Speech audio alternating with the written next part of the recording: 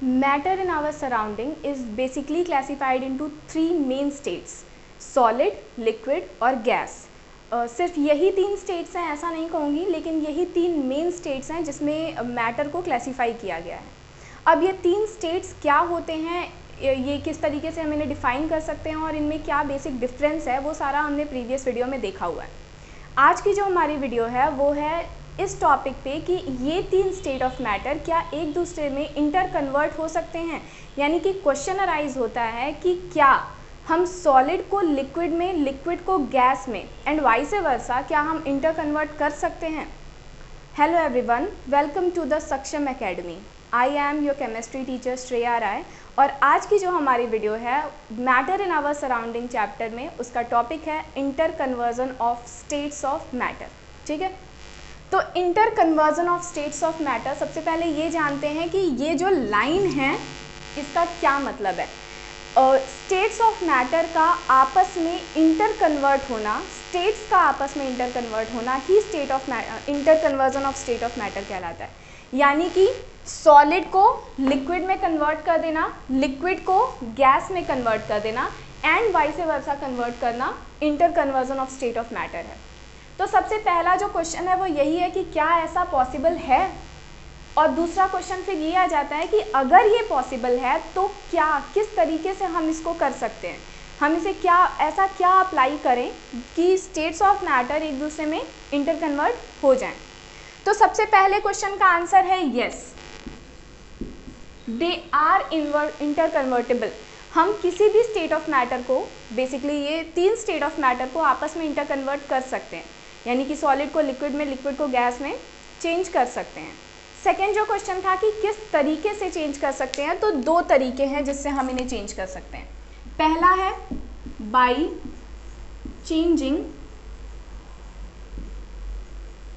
Temperature. Okay, the first process is by changing the temperature. Temperature यानी कि तापमान, यानी कि कितना हॉटनेस है या कितना कूलनेस है. टेम्परेचर को घटा के या टेम्परेचर को बढ़ा के हम किसी भी स्टेट ऑफ मैटर को आपस में इंटर कन्वर्ट कर सकते हैं. और दूसरा है बाई चेंजिंग प्रेशर. ठीक है, तो ये दो मेन प्रोसेस है जिनको अप्लाई करके हम स्टेट्स ऑफ मैटर को एक दूसरे में इंटर कन्वर्ट कर सकते हैं. पहला क्या है, बाई चेंजिंग टेम्परेचर, और दूसरा है बाई चेंजिंग प्रेशर. तो सबसे पहले हम फर्स्ट देखते हैं बाई चेंजिंग टेम्परेचर. यानी कि अगर टेम्परेचर को हम चेंज कर देते हैं तो मैटर के स्टेट में क्या चेंज आता है. अब देखिए, यहाँ पे हमने लिया है सॉलिड, लिक्विड और गैस, ये तीन चीज़ें हमने लिया.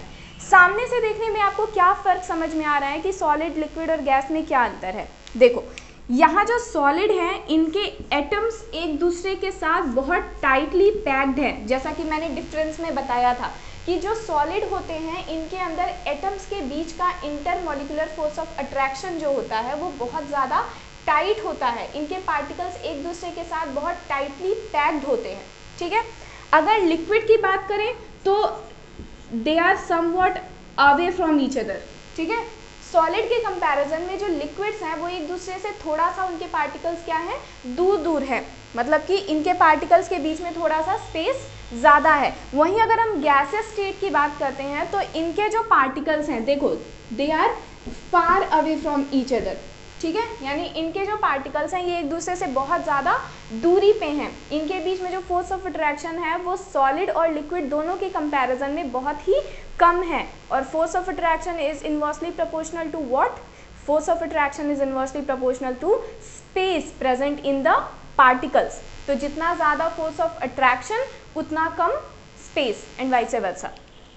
अब अगर हमें सॉलिड को लिक्विड में चेंज करना है, लिक्विड को गैस में चेंज करना है और यही प्रोसेस रिपीट करना है, और क्या करके, टेम्परेचर को चेंज करके, तो हम क्या करते हैं. देखिए, सॉलिड को लिक्विड में चेंज करने के लिए अगर हम टेम्परेचर को बढ़ा देते हैं, ठीक है, temperature by on increasing the temperature, अगर हम टेम्परेचर को बढ़ा देते हैं तो सॉलिड जो होता है वो किस में कन्वर्ट हो जाता है, लिक्विड स्टेट में कन्वर्ट हो जाता है. ये प्रोसेस कहलाती है मेल्टिंग. ये प्रोसेस क्या कहलाती है? मेल्टिंग। ओके, इस प्रोसेस को फ्यूजन भी बोला जाता है, वो हम आगे देखेंगे। इस प्रोसेस को बेसिक देखो, जो भी ये टर्म्स हैं, ये मैं जो टर्म यूज़ कर रही हूँ ज़रूरी नहीं है कि आप जो जानते हो वो सेम यही टर्म है। अलग अलग बुक में अलग अलग टर्मिनोलॉजी दी हुई होती है, तो आप बिल्कुल कंफ्यूज मत होइएगा और जो आपके बुक में दिया है वैसे समझिएगा। यहाँ इसको मेल्टिंग या फ्यूज़न दो नामों से जाना जाता है। So the process of conversion of solid into liquid, कब? ऑन इंक्रीजिंग द टेम्परेचर, जब हम टेम्परेचर को इंक्रीज करते हैं तो सॉलिड का लिक्विड में कन्वर्ट होना क्या कहलाता है? मेल्टिंग कहलाता है या फिर फ्यूजन कहलाता है। सेकंड, लिक्विड को गैस में कन्वर्ट करना। अब देखो, जब हमने टेम्परेचर को इंक्रीज किया सॉलिड में, जब हमने टेम्परेचर को इंक्रीज किया तो यानी कि हम इसको हीट एनर्जी प्रोवाइड कर रहे हैं, ठीक है। तो जब हम इसको हीट प्रोवाइड करते हैं तो होता क्या है? काइनेटिक एनर्जी इंक्रीज करती है। जैसे जैसे हीट एनर्जी इंक्रीज करती है वैसे वैसे काइनेटिक एनर्जी इंक्रीज करती है। And kinetic energy is what? Movement of particles, ठीक है। तो जैसे जैसे काइनेटिक एनर्जी इंक्रीज करती है वैसे वैसे क्या होता है कि इनके जो पार्टिकल्स हैं वो मोशन करना स्टार्ट करते हैं, मूवमेंट करना स्टार्ट करते हैं, ठीक है। और जैसे जैसे वो मूवमेंट करना स्टार्ट करते हैं, तो मूवमेंट करना मतलब एक जगह से दूसरी जगह जाना, तो जैसे जैसे ये पार्टिकल्स मोशन करना स्टार्ट करते हैं तो ये एक जगह से दूसरी जगह जाते हैं, ठीक है। और दूसरी जगह जाने में क्या होता है कि स्पेस खाली होता चला जाता है, यानी कि इनके पार्टिकल्स के बीच में डिस्टेंस बढ़ने लगता है, तो ये किस में कन्वर्ट हो जाते हैं? लिक्विड स्टेट में कन्वर्ट हो जाते हैं, ठीक है। अब अगर यहाँ लिक्विड से गैस की बात करें तो सेम प्रोसेस हमें अप्लाई करना होगा, यानी कि ऑन हीटिंग या फिर ऑन इंक्रीजिंग द टेम्परेचर, जब हम टेम्परेचर को इंक्रीज करते हैं तो क्या होता है कि ये लिक्विड जो है ये किस में कन्वर्ट हुआ? गैस में कन्वर्ट हुआ, वेपर में कन्वर्ट हुआ, और इस प्रोसेस को हम बोलते हैं वेपोराइजेशन।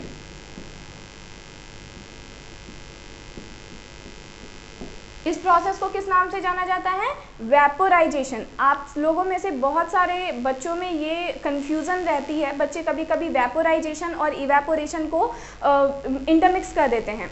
वेपोराइजेशन को हम इवेपोरेशन बिल्कुल नहीं बोल सकते हैं, ध्यान दीजिएगा इस चीज़ को कि लिक्विड का गैस में कन्वर्ट होना, एक स्पेसिफिक टेम्परेचर पे, एक स्पेसिफिक पॉइंट पे कन्वर्ट होना वेपोराइजेशन कहलाता है। और इवेपोरेशन के लिए एक अलग से वीडियो बनेगी, आप उसमें इवेपोरेशन के कॉन्सेप्ट को समझ पाएंगे, ठीक है। So vaporisation is not evaporation, आप वेपोराइजेशन वाली प्रोसेस को इवेपोरेशन को नहीं बोल सकते, ठीक है। So the process of conversion of liquid into gas on increasing the temperature is known as what? Vaporisation, ठीक है। लिक्विड का गैस में कन्वर्ट होना जब टेम्परेचर बढ़ा दिया जाए, सेम प्रोसेस अप्लाई हुआ, यहाँ भी हमने टेम्परेचर बढ़ाया था और यहाँ भी हमने टेम्परेचर बढ़ाया। टेम्परेचर बढ़ाया यानी कि हीट प्रोवाइड किया। जब हम इस लिक्विड को हीट एनर्जी प्रोवाइड कर रहे हैं तो जैसे जैसे हीट एनर्जी इंक्रीज कर रहा है वैसे वैसे क्या इंक्रीज कर रहा है? काइनेटिक एनर्जी इंक्रीज कर रहा है। काइनेटिक एनर्जी इंक्रीज करने का मतलब है इनके पार्टिकल्स में क्या हो रहा है? मोशन हो रहा है। जैसे जैसे पार्टिकल्स मूव कर रहे हैं वैसे वैसे वो एक जगह से दूसरी जगह जा रहे हैं और डिस्टेंस आ रही है उनके बीच में, ठीक है। और डिस्टेंस आने की वजह से क्या हुआ? सॉलिड लिक्विड में कन्वर्ट हुआ और लिक्विड गैस में कन्वर्ट हुआ, ठीक। देखो, अब अगर हम इस प्रोसेस को रिटर्न बैक कराते हैं, यानी कि हमें क्या करना है? अब इधर आते हैं, गैस को कन्वर्ट करना है किसमें? लिक्विड में। क्या ऐसा हो सकता है? लिक्विड कन्वर्ट हुआ गैस में जब हमने टेम्परेचर को इंक्रीज किया, तो क्या गैस लिक्विड में वापस से कन्वर्ट हो सकती है? बिल्कुल हो सकती है। ऑन डिक्रीजिंग द टेम्परेचर, जब हम टेम्परेचर को डिक्रीज करते हैं, जब हम टेम्परेचर को डिक्रीज करते हैं तो ये गैस मॉलिक्यूल्स जो हैं, टेम्परेचर डिक्रीज किया यानी कि हीट एनर्जी को डिक्रीज किया, हीट एनर्जी डिक्रीज किया यानी कि काइनेटिक एनर्जी भी डिक्रीज हुई, ठीक है। काइनेटिक एनर्जी यानी कि मोशन ऑफ पार्टिकल्स जो है वो डिक्रीज हुए, ठीक। मतलब पार्टिकल्स क्या हुए? एक दूसरे के पास आने लगे, ठीक। पास आने लगे मतलब गैस में जो पार्टिकल्स दूर थे वो जब हमने इनका एक हद तक, एक स्पेसिफिक टेम्परेचर तक जब इनको हीट एनर्जी को हमने डिक्रीज़ किया, जब टेम्परेचर को डिक्रीज़ किया, तो हुआ क्या कि ये जो गैस मॉलिक्यूल्स थे, इनके जो पार्टिकल्स थे, ये क्लोज आने लगे एक दूसरे के, और किस में कन्वर्ट हुए? लिक्विड में कन्वर्ट हुए। ये प्रोसेस कहलाता है condensation.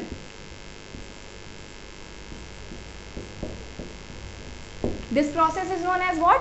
Condensation. So the process of conversion of gaseous particles into liquid when temperature goes down, जब हम temperature को decrease करते हैं, when temperature goes down, the process of conversion of gas into liquid is known as what? Condensation. ठीक है, अब आते हैं liquid से solid पे। अगर solid liquid में convert हुआ तो liquid भी solid में convert हो सकता है। यहाँ पे भी सेम वही चीज़, हमने सॉलिड को लिक्विड में कन्वर्ट करने के लिए हीट एनर्जी को इंक्रीज किया था, जिसकी वजह से काइनेटिक एनर्जी इंक्रीज हुई थी और पार्टिकल्स में मोशन आया था। अब जब हमको पार्टिकल्स के मोशन को कंट्रोल करना है, यानी कि डिक्रीज करना है और पार्टिकल्स को एक दूसरे के क्लोज लेके आना है, तो हमें क्या करना है? टेम्परेचर को डिक्रीज करना है। जितना हम हीट एनर्जी डिक्रीज करेंगे उतना काइनेटिक एनर्जी डिक्रीज होगा और पार्टिकल्स उतना ज़्यादा एक दूसरे के पास आएंगे। तो यहाँ पे भी अगर हमको ये बैक करना है तो लिक्विड को सॉलिड में कन्वर्ट करने के लिए when on decreasing the temperature, जब हम टेम्परेचर को डिक्रीज करते हैं तो क्या होगा? लिक्विड कन्वर्ट हो जाएगा किस में? सॉलिड में। और this process is known as what? Freezing. Freezing या फिर इसे सॉलिडिफिकेशन नाम से भी जाना जाता है।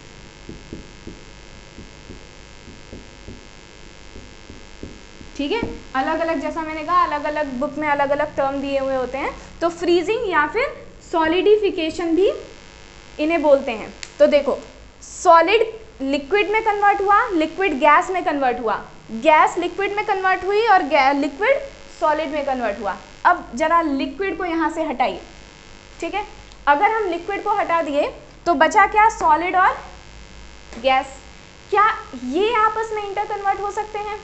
क्या सॉलिड डायरेक्टली गैस में कन्वर्ट हो सकता है, या फिर गैस क्या डायरेक्टली सॉलिड में कन्वर्ट हो सकता है बिना लिक्विड स्टेट में आए? तो ऐसा बिल्कुल हो सकता है। अब अगर हमें गैस को सॉलिड में कन्वर्ट करना है या फिर सॉलिड को गैस में कन्वर्ट करना है, तो यहाँ क्या होगा? ठीक है, जब हम सॉलिड को गैस में कन्वर्ट करते हैं, ठीक है, तो यहाँ पे भी हमें क्या करना है? काइनेटिक एनर्जी पार्टिकल्स की इंक्रीज करनी है। सिंपल सी बात है। काइनेटिक एनर्जी इंक्रीज करने के लिए हमें क्या इंक्रीज करना है? हीट एनर्जी इंक्रीज करना है, यानी कि टेम्परेचर को बढ़ाना है। मतलब जो सब्सटेंस हमारे पास है उसको हीट प्रोवाइड करना है। ठीक, तो जैसे ही हम किसी सॉलिड सब्सटेंस को हीट प्रोवाइड करते हैं, किसी सॉलिड सब्सटेंस नहीं, बहुत ही कम ऐसे सॉलिड सब्सटेंस होते हैं जो ये प्रोसेस करते हैं कि वो डायरेक्टली गैस में कन्वर्ट हो जाएं। सारे सॉलिड सब्सटेंस डायरेक्टली गैस में कन्वर्ट नहीं होते हैं। हर एक जैसे कैम्फर हो गया, कपूर आप घर में यूज़ करते हैं। ठीक है, कैम्फर जो होता है उसको अगर हम बर्न करते हैं, सॉलिड रहता है, उसको बर्न करते हैं तो वो डायरेक्टली किस में कन्वर्ट हो जाता है? गैस में कन्वर्ट हो जाता है, बिना लिक्विड स्टेट में आए। ये जो प्रोसेस होती है, इस प्रोसेस को सब्लिमेशन के नाम से जाना जाता है।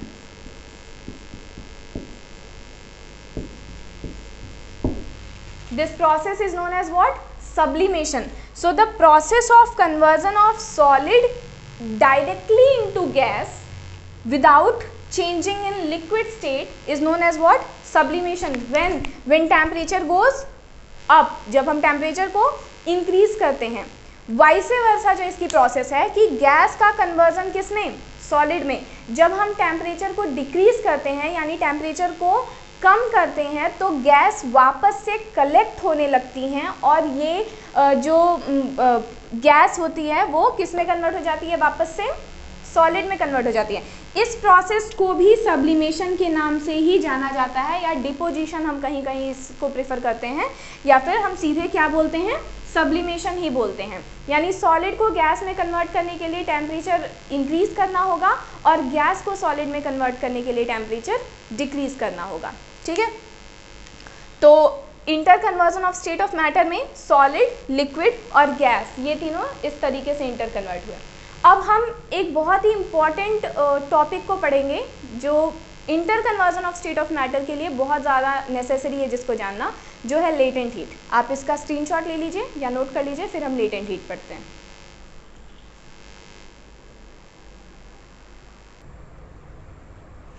Let's come to the latent heat. Latent heat क्या होता है? लेटेंट का मतलब होता है हिडन।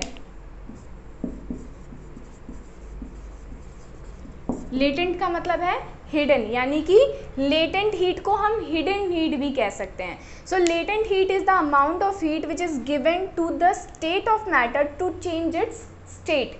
किसी भी स्टेट ऑफ मैटर को वो अमाउंट ऑफ हीट जो प्रोवाइड की जाती है जिससे वो अपना स्टेट चेंज कर सके, वही हीट जो होती है लेटेंट हीट होती है, या जिसे हम हिडन हीट भी बोल रहे हैं। तो अब हम क्वेश्चन आता है कि इसे हिडन हीट क्यों बोल रहे हैं, नाम क्यों पड़ा लेटेंट हीट, ठीक है। तो प्रूफ करते हैं कि नाम क्यों पड़ा लेटेंट हीट। सबसे पहले ये देखते हैं, दो तरीके के लेटेंट हीट होते हैं। The first one is latent heat of fusion and the second one is latent heat of vaporisation.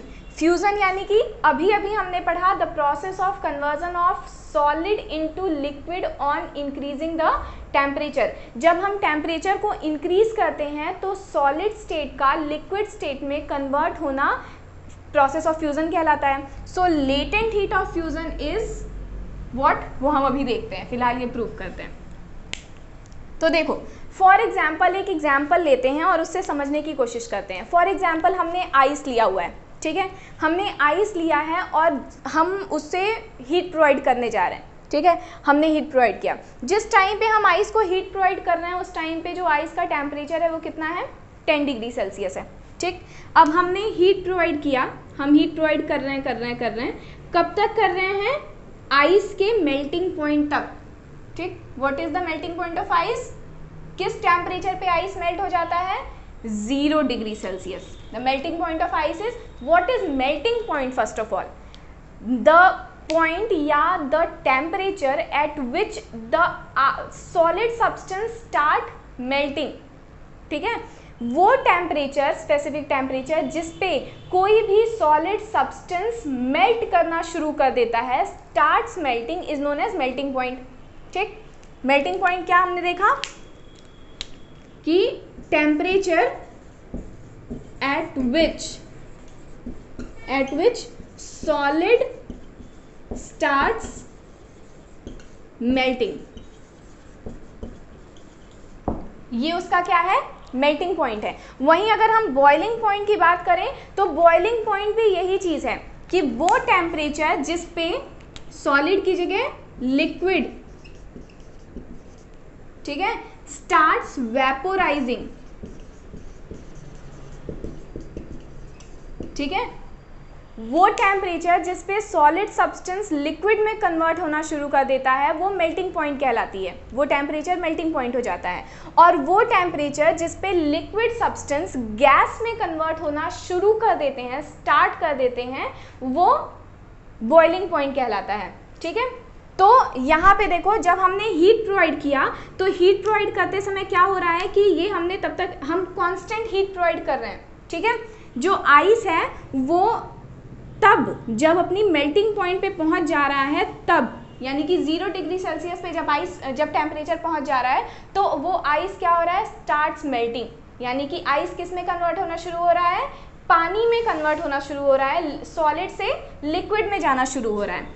इस पॉइंट पे क्या होता है, 0 डिग्री सेल्सियस के इस पॉइंट पे क्या होता है कि जब तक पूरा का पूरा आइस जो हमारे पास है वो सॉलिड से लिक्विड में कन्वर्ट नहीं हो जाए तब तक यहाँ पे टेम्परेचर इंक्रीज नहीं करता है, यानी टेम्परेचर रिमेन कांस्टेंट। जबकि हम कॉन्टिन्यूअस हीट प्रोवाइड कर रहे हैं, हमने हीट की सप्लाई बंद नहीं की है, ठीक है, फिर भी 0 डिग्री सेल्सियस पे जब आइस स्टार्ट मेल्टिंग,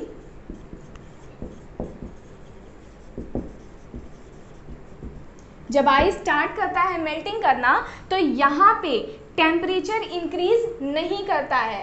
तो वो टेम्परेचर गया कहाँ, हम तो हीट प्रोवाइड कर ही रहे हैं, तो वो टेम्परेचर कहाँ जाता है, इस समय जो हम टेम्परेचर को प्रोवाइड करते हैं वो टेम्परेचर जो है इस टाइम तक 0 डिग्री सेल्सियस तक, जब तक हम हीट प्रोवाइड कर रहे थे तब तक काइनेटिक एनर्जी भी इंक्रीज कर रही थी, और 0 डिग्री सेल्सियस तक इतनी एनफ काइनेटिक एनर्जी स्टोर हो जाती है जो पार्टिकल्स को, ये जो टेम्परेचर अब जा रहा है ये पार्टिकल्स को ओवरकम करने में हेल्प करता है, यानी कि पार्टिकल्स एक जगह से दूसरी जगह मोशन करना शुरू कर देते हैं, यानी एक स्टेट से दूसरी स्टेट में कन्वर्ट होना शुरू कर देते हैं, सॉलिड से लिक्विड में कन्वर्ट होना शुरू कर देते हैं।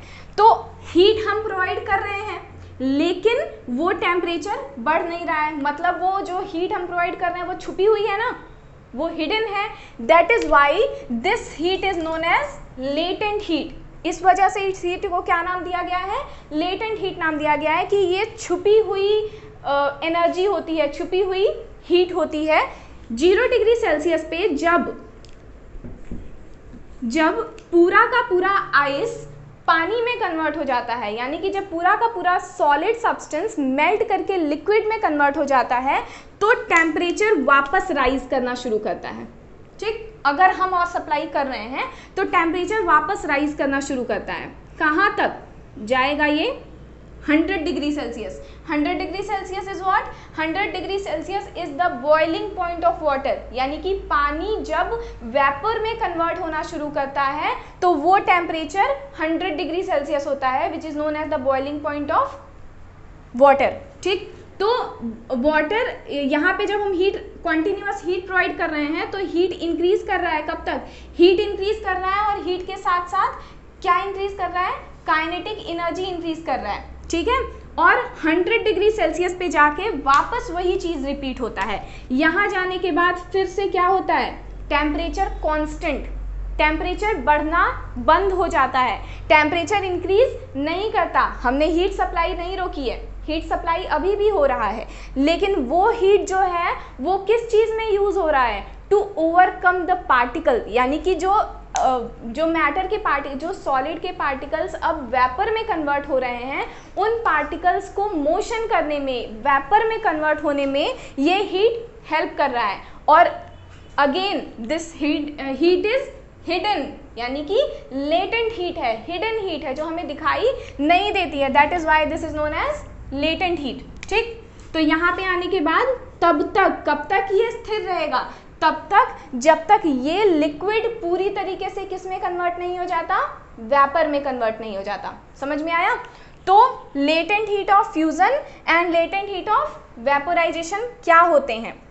Amount of heat required to convert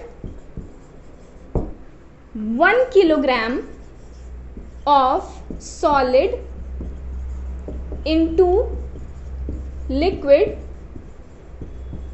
at the atmospheric pressure, यानी हम प्रेशर, एक्स्ट्रा प्रेशर अप्लाई नहीं कर रहे हैं। ठीक है, at the atmospheric pressure। ठीक है, एक वो पूरा का पूरा अमाउंट ऑफ हीट, वो अमाउंट ऑफ हीट जो क्या 1 किलोग्राम ऑफ सॉलिड के लिए रिक्वायर्ड होता है, उनकी जो रिक्वायरमेंट होती है किस चीज़ के लिए, to convert solid into liquid, यानी कि सॉलिड का लिक्विड में कन्वर्ट, यहाँ पे जो प्रोसेस चल रही है सॉलिड का लिक्विड में कन्वर्ट होने के लिए एक फिक्स्ड एटमॉस्फेरिक टेम्परेचर पे सॉलिड का लिक्विड में कन्वर्ट होने के लिए जो हीट की रिक्वायरमेंट होती है, उस हीट को हम लेटेंट हीट ऑफ फ्यूजन के नाम से जानते हैं। ठीक, वो हीट क्या कहलाती है, लेटेंट हीट ऑफ फ्यूजन कहलाती है। वहीं अगर हम लेटेंट हीट ऑफ वेपराइजेशन की बात करें तो सेम वही चीज़ है, the amount of heat required to convert 1 kilogram of liquid into gas.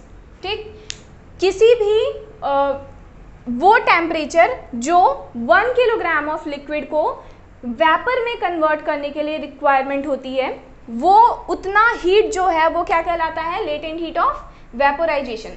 So latent heat is the amount of heat which is given to any state of matter to convert its state.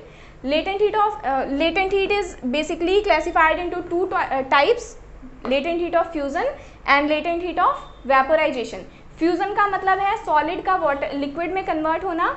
वो amount of hidden heat जो required होती है किसी भी solid substance को 1 kilogram of solid substance को liquid में convert करने के लिए एक फिक्स्ड एटमॉस्फेरिक प्रेशर पे, वो temperature latent heat of fusion कहलाता है। ठीक है, वो amount of heat latent heat of fusion कहलाता है। And latent heat of vaporisation is the amount of heat which is required by 1 kilogram of liquid to convert it into vapor। Vapour में convert होने के लिए जो amount of heat requirement होती है वो अमाउंट ऑफ हीट क्या कहलाती है? Latent heat of vaporisation. आप अब यहाँ पे ये भी समझ गए होंगे कि लेटेंट हीट को लेटेंट हीट क्यों बोला जाता है। लेटेंट यानी कि हिडन, क्योंकि जब मेल्टिंग पॉइंट और बॉइलिंग पॉइंट पे पहुंचने के बाद सॉलिड मेल्ट करने लगता है और लिक्विड बॉयल करने लगता है रिस्पेक्टिवली, उस टाइम पे ये जो हीट हम प्रोवाइड कर रहे होते हैं ये छुपी हुई होती है, यानी टेम्परेचर इंक्रीज नहीं करता है, जिस वजह से इस अमाउंट ऑफ हीट को किस नाम से बोला जाता है? लेटेंट हीट के नाम से जाना जाता है। तो आज inter conversion of state of matter में हमने देखा कि किस तरीके से सॉलिड लिक्विड में, लिक्विड गैस में एंड वाइस वर्सा कैसे ये कन्वर्ट होते हैं, कौन से अमाउंट ऑफ हीट की रिक्वायरमेंट होती है, उसे किस नाम से जाना जाता है। नेक्स्ट वीडियो में हम अभी जैसे मैंने आप लोगों को बताया कि वेपोराइजेशन और इवेपोरेशन में डिफरेंस है, बहुत मेन डिफरेंस है, और इवेपोरेशन एक अलग टॉपिक है। तो नेक्स्ट वीडियो में हम इवेपोरेशन के बारे में पढ़ेंगे और थोड़ा सा हम टेम्परेचर भी टच करेंगे कि टेम्परेचर जो आपके सिलेबस में एनसीईआरटी में दिया हुआ है। ठीक है, सो आज की वीडियो के लिए बस इतना ही। वीडियो अच्छी लगे तो प्लीज़ लाइक करिए, चैनल को सब्सक्राइब करिए। Thank you so much.